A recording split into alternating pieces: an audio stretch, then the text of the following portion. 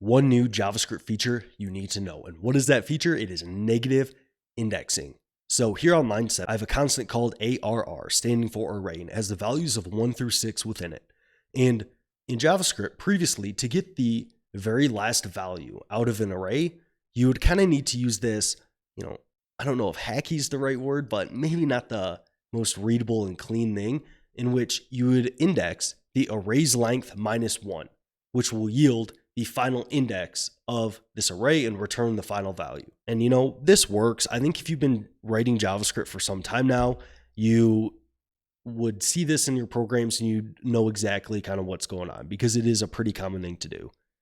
But you actually no longer need to do this with the new feature of JavaScript, which is the at method. So you can now use the at method that exists on arrays as well as strings, and you can pass in an index, either positive or negative, and it's going to return the value at that index. So here I can just pass -1, and that is also going to return the last value of this array. So I call array.at, pass in -1, and it returns the last value of my array. Now it can also be like -3 here. You're going to see that returns the third to last value of my array. And then this method also supports positive numbers. So if I pass in the index of 3, it's going to return 4, because 0, 1, 2, 3, index 3 is the value of 4. All right. So the at method can take a positive or negative value, and it's going to return the value at that index.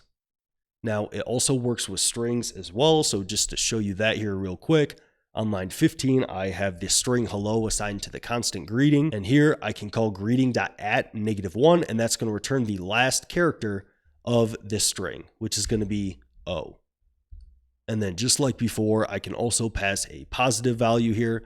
So if I pass in the index 1, it's going to return the value of E, because that is the character at the first index here.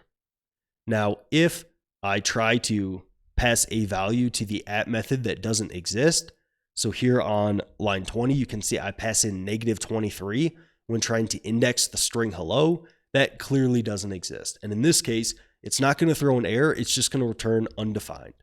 So here you can see it's undefined. And then if I pass in +23, you're also going to see undefined, because that index does not exist on my string.